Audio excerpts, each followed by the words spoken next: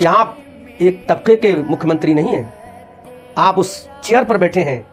جہاں پر پورا اتر پردیش آپ کی رعایا ہے، آپ حاکم ہو، اس چیئر پر بیٹھے ہیں کہ آپ چاہیں اگر ہم غلط قدم اٹھاتے تو آپ یقیناً ہمارے خلاف بھی ایکشن لیجیے، اگر ہم کسی مذہبی پیشوا کو برا کہتے ہیں آپ یقیناً کیجیے، اور ہم کبھی بھی اس کو سپورٹ نہیں کرتے جو کسی بھی دھرم یا کسی بھی مذہبی پیشوا کی ان ریسپیکٹ کرے، بے عزتی کرے، تعظیم و توقیر نہ کرے، ہم کبھی نہیں چاہتے، کیونکہ ہمارے قرآن نے سیدھا سیدھا منع کر دیا کہ آپ کسی کے خداؤں کو برا